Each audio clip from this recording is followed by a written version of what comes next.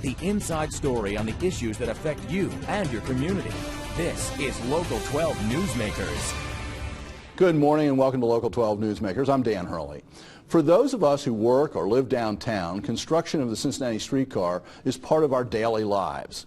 When a street we use is closed by construction crews, it can seem slow, but from an overall perspective, it is on time and moving very quickly. Construction of the Cincinnati streetcar is now making steady progress through the downtown, the largest employment district in our region. In the last few weeks, a lot of the work has focused on the southern end of the loop, on 2nd Street in the Banks District, where GE is building its new international headquarters for 1,800 employees. At the north end of the 3.6-mile loop, where construction started in Over the Rhine, not only are the rails in the street, but the overhead wire has been installed. For streetcar supporters, this is progress, is a signal that it's time to be planning Phase 2, the extension of the streetcar up the hill to Clifton Heights, the second largest and growing employment district in the region. I am joined this morning by Councilmember Chris Seelbach, who has introduced a motion to initiate a search for funding for planning Phase 2 of the streetcar system, and Ryan Messer, one of the leaders of Believe in Cincinnati, a resident of Over the Rhine, and an advocate for a robust streetcar system in Cincinnati. Welcome back to Newsmakers for both of you. Thank you. Chris, let's start out because there is something coming up on Tuesday, on March the 31st, which was the trigger for why I wanted to do this today. What have you proposed? Where are we right now in relationship to moving from building the 3.6-mile loop to looking towards the future? So let me just say what I haven't proposed, which is I haven't proposed that we go to Phase 2, or Phase 1B is actually. So we've split the first phase into two parts. So I haven't proposed that we construct the second part of the streetcar, that we go to Uptown. All I've said is let's ask the administration for a report on if we wanted to plan for Phase 1B, what would the funding option be? You know, we have a president, a transportation secretary who's committed to funding fixed rail throughout our country. I don't want to give up any opportunity to get federal grants or federal dollars, non-city taxpayer dollars, to help us at least study the possibility of connecting our two largest job centers. So all my motion does is ask for a report on all of the funding options available if we were to say we want to look at planning for Phase 1B. Ryan, some people look at Phase 1A, I guess, because I think the reason is A and B is because the original called for it to go up the hill to Clifton and Clifton Heights, and then the second part was killed off when Kasich came in. Right, so when John Kasich was elected, he rescinded $52 million in streetcar funding. He also sent back $100 million in funding to the federal administration that didn't end up in Ohio, ended up in another state, that would have connected light rail through the three major cities in Ohio. So definitely not a fan of fixed rail. Yeah. He's made that clear. So Ryan, some people still look at this as a boondoggle, it doesn't go anywhere, et cetera, et cetera. It's not yet operating, yet you want to begin taking a look at how we fund and move forward to Phase 1B or Phase 2 or whatever. What can you say about the impact of what we've done so far? I think our impact is pretty evident. We've seen thousands of jobs. Every day we hear of developments being announced in and around the streetcar route. Businesses are moving to the area around the streetcar, and people are moving in record numbers into the city of Cincinnati. And a large driver to all that has been the investment in our streetcar. So I think it's absolutely what we predicted. So to what extent, though, is the streetcar related to some of those things? Some of them might have happened anyway, but to what extent do you think, say, businesses moving into the city are saying they want to be connected to the streetcar route? I think the biggest announcement that we've seen would be GE. And as you mentioned earlier, that's 1,800 jobs. And I think that list continues to grow. If you read the Business Courier, there's business after business who are coming out and saying, we're moving because of the streetcar, and we want our employees to have access to that. And it opens up not only opportunities for their businesses during the workday, but it gives them an opportunity to move to a variety of neighborhoods and live in and around the streetcar. So why is it important to go up the hill towards University of Cincinnati to Uptown, or as opposed to going off and connecting to the casino, or going over connecting to Museum Center, or why is that the direction that we ought to be looking at? So first of all, we know that the city of Cincinnati was built along streetcar lines. So when the streetcar expanded, growth happened. And so I'm not opposed to taking the streetcar to the casino or to Walnut Hills or to Price Hill. But why it makes sense to go to Uptown next is that Uptown is our second largest job center. And as we know, we fund all of our city services, so police, fire, roads, pavement, mostly through our income tax. And so if we can help generate more jobs and connect our two largest job centers, we're going to create more revenue to be able to pay for firefighters and police officers in Westwood, in Mount Washington, in Mount Airy, not just in downtown over the Rhine. Money that's generated from jobs that we're creating as a direct result of our streetcar go to fund every city service. And as you know, we've had 60 years of population decline.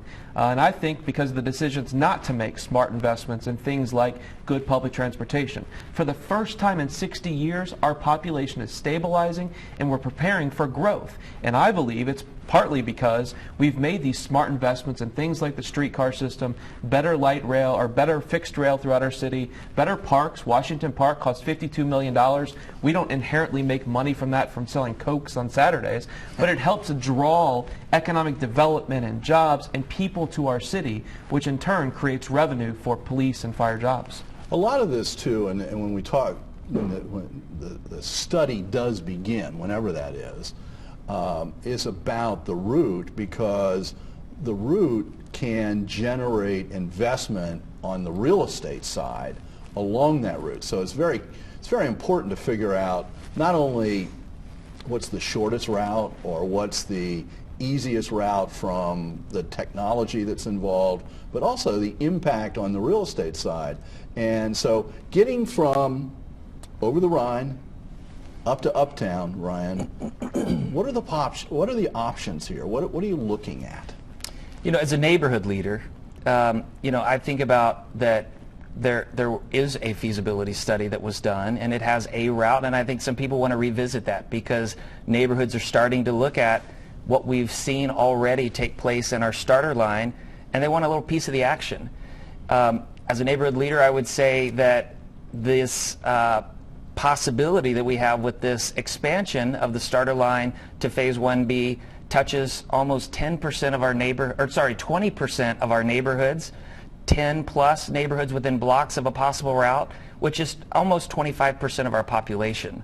So from that standpoint, I would absolutely say that's why this feasibility study needs to be updated so that we look to maximize all the unbelievable real estate opportunities that exist, not just in a couple of neighborhoods, not just in a few, but 20% of our neighborhoods in Cincinnati. Chris, the two of you are both supporters of the streetcar. I think it's fair to say that. Yes. Okay. So not everybody is. So on council, you're going to call for this, you're going to formally introduce this motion, talk about this motion at the Transportation Committee on Tuesday, right? That's right. And we're going to put up the timing for all of that, 1 p.m. in the afternoon. But how do you see people sort of lining up on the question of exploring the possibility of funding so you can do this study? So a majority of council has signed my motion saying that they want a report. A majority meaning 5? A majority meaning 5. Got to count to 5. 5 of the 9. And we are hopeful that others would come on board once we have this discussion on Tuesday. But all we're asking for is a report, and so a majority of council supports that. We just want to get all of the facts, make sure we're not missing out on opportunities. And so I'm very hopeful that this motion will pass, and it calls for a report in 120 days. So by the end of the summer, we'll have the facts that we need. By the way, I want to put up a graphic of the original route that I should have put this up earlier, that shows the extension from the loop that's downtown up to Clifton, and you can see that you can see the line going up, And ultimately, that's just 1B because it gets you to the top of the hill, at least in that original plan. Ultimately, we need to get through that university and employment complex up there and the hospital complex where so many people work. It's unbelievable. And not having to move your car when you got a meeting at UC, or if you're at UC coming downtown, that would be incredible. Ryan, in December of, what was that, 13, I guess, you had to generate a lot of grassroots support to save the streetcar at that moment. What are you going to do in relationship to supporting what Chris has proposed? Well, I think that the majority is stating that we need to have this report. And hopefully the city will then decide that with this investment we're making, we would be short-sighted. Now I'm going to put my business hat on. That why wouldn't we do strategic planning? And I think even our most ardent opponents said we should have figured out the right way to go about doing the streetcar in the upfront. How do you do not only the capital expenditure, but also how do you think about operations? That's what a feasibility study would do. My opinion is our supporters have grown in record numbers because I think a lot of us probably didn't have an opportunity to touch, feel, see a streetcar. And now that we're seeing the quality of the construction, we're seeing the tracks, the world-class stations, the lines are going up. I think there's just an overall excitement from people that might have been standing on the sidelines who are now excited. And I think the game is really going to change when people set foot on that first car. So you're going to take your supporters to council on Tuesday? Well, we have lots of supporters who want to go there. And I don't think it's just Chris's motion. I think there's a lot of other discussions happening around the streetcar that we've got to be cautious. We can't set the streetcar up for failure, as some people may be trying to do. We've got to make sure this is a success as one of the largest investments our city's made. And Chris, at that meeting on Tuesday, there will be other motions on the floor that do relate to the streetcar as well, right? The operations Right. There's several motions I think the mayor has proposed that only have, I believe, 2 signatures of council that will be discussed. But there has to take a majority of the votes of the committee are needed to get the motions out of the committee to full council. So I don't know that those motions that the mayor has proposed will pass. Okay. Well, just so everybody knows, the hearing on Phase 1B, not Phase 2, will be held at Cincinnati City Hall in council chambers on Tuesday, March the 31st at 1 p.m. And that is open. All meetings of council are open. So we'll be watching. Thank you for being here this morning. Thank you. And we'll see what happens. Stay tuned after the break. A new initiative to help students understand the range of career options that are not defined by a college degree. Welcome back. For decades, we have communicated, formally and informally, that success in life depends on a college education. The result, students think their options after high school are either to go to college or to be relegated to low-paying, dead-end jobs with no career ladder. In reality, there are thousands of jobs in the regional economy that may demand some advanced training, but not a 4-year college degree. How do we effectively change the cultural message students hear? One response has been developed jointly by the Leadership Action Program, a program of the Cincinnati USA Regional Chamber and the Cincinnati Public Schools. Partnership with Cincinnati Public Schools is a very exciting one. It's a very nice complement to our initiative, My Tomorrow. My Tomorrow envisions that 100% of our 7th graders will graduate within 6 years prepared to actively pursue their chosen career. And this is outstanding to have the opportunity to make careers come alive in the work setting. So we expect this initiative to be transformational. We expect that it will transform our schools, our students, and our district. And so thinking of transformational, we've actually revamped the curriculum within our high schools, making sure that it's really rigorous, that kids are ready for college and a career. We've also put cutting-edge technology within our schools, as well as provided professional development for our educators. Many businesses have been involved with schools for years. One of the most developed programs is the relationship between Luxottica and Withrow High School. The leader of that initiative from Luxottica is Alicia Tidwell. She was a member of Class 1 of Leadership Action and helped create this new scalable initiative. We're looking for great talent in our organizations. We get involved in the city, we get involved through our educational partners to make sure we have that employment branding first and foremost, for people to understand we are an employer of choice. Every company does that. But it comes down to talent. Nothing more than the talent that we're looking for to fill those open requisitions that we have in our organizations. If we don't have it, we have to build it. And this is an opportunity for organizations to build that talent that they're looking for. To discuss this collaboration, I'm joined this morning by Laura Mitchell, the Deputy Superintendent of Cincinnati Public Schools. Dr. Mitchell is responsible for the My Tomorrow program.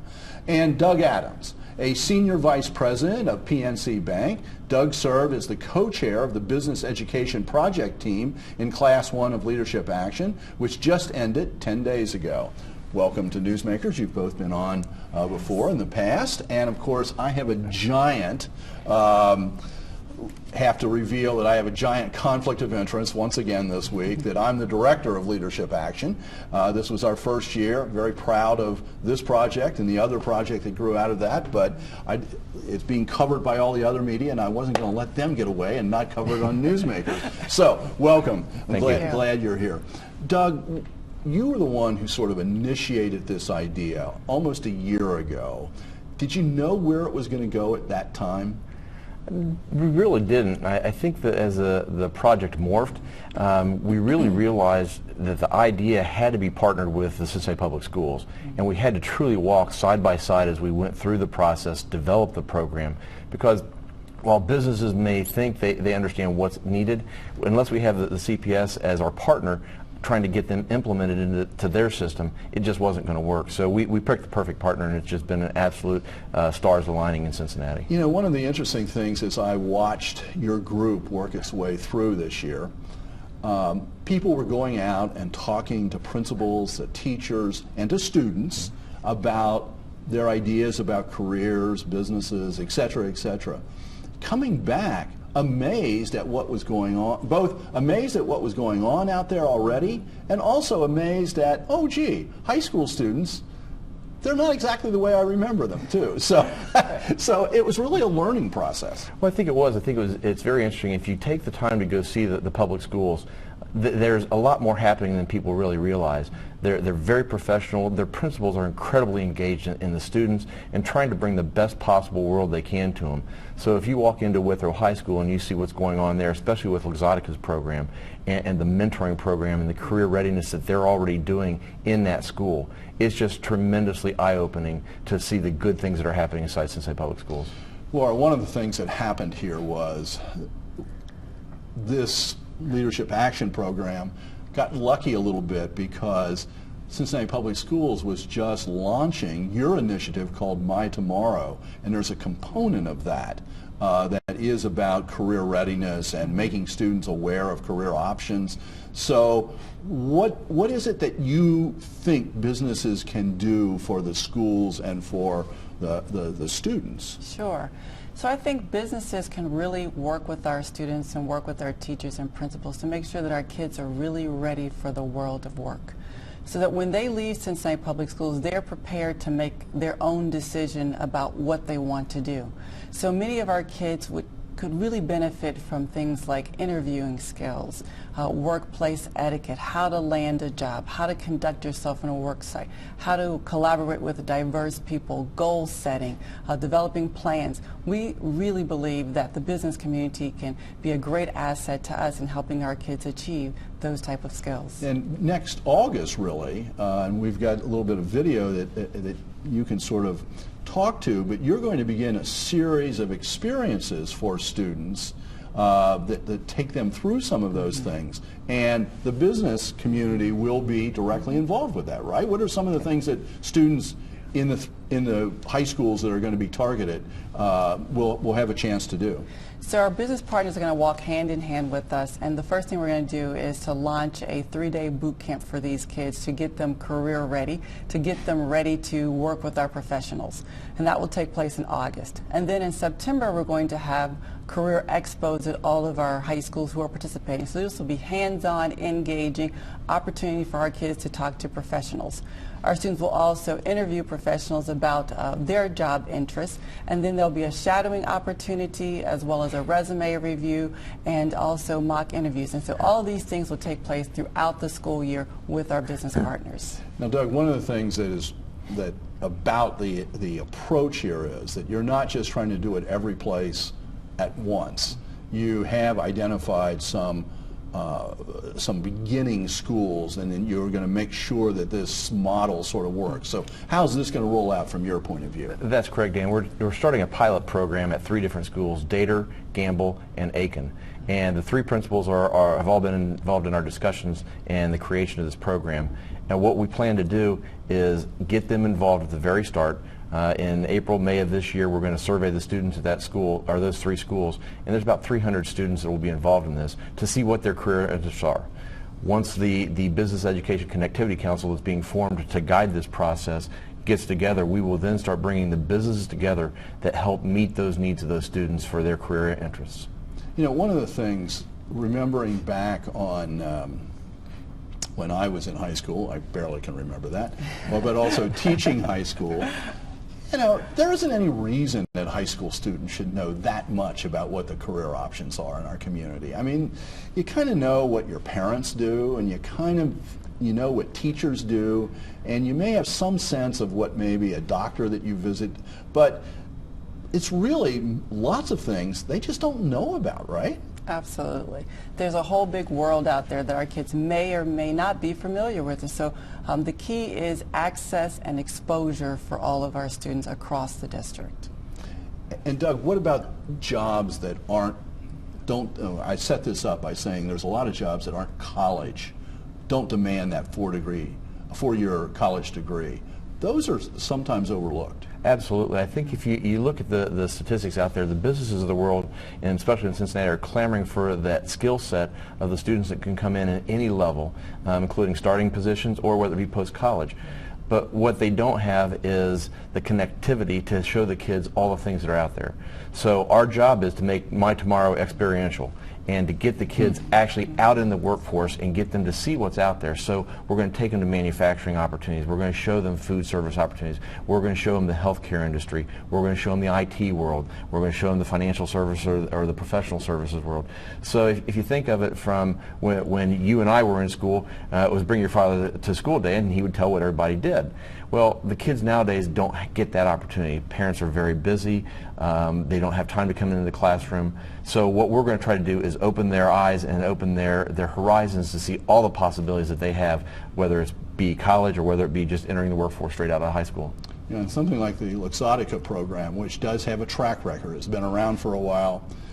They take their students out to Luxottica and they expose them, and then even though you think you might know what that company does, well, it's about eyewear, but there's all sorts of career paths within that company. It's not just one thing. There's everything, IT, there's everything going on there. So they really take them out to the business itself and sort of expose them, right? Yes, and that's part of our plan with the Leadership Action Initiative as well. So some of the things I described will happen within the school setting, but some of them will also happen at the job site as well. And so the idea is to get our kids out into the Cincinnati community, the greater Cincinnati area.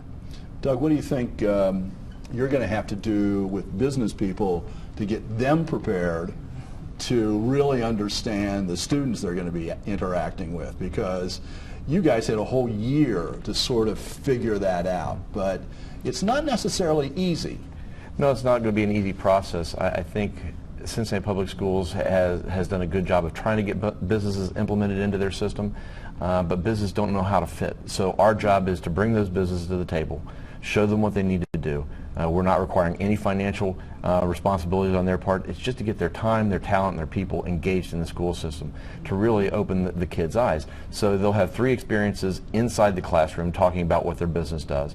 And then, as Laura mentioned, there's going to be 2 on-site visits with the businesses to show the kids actually what happens.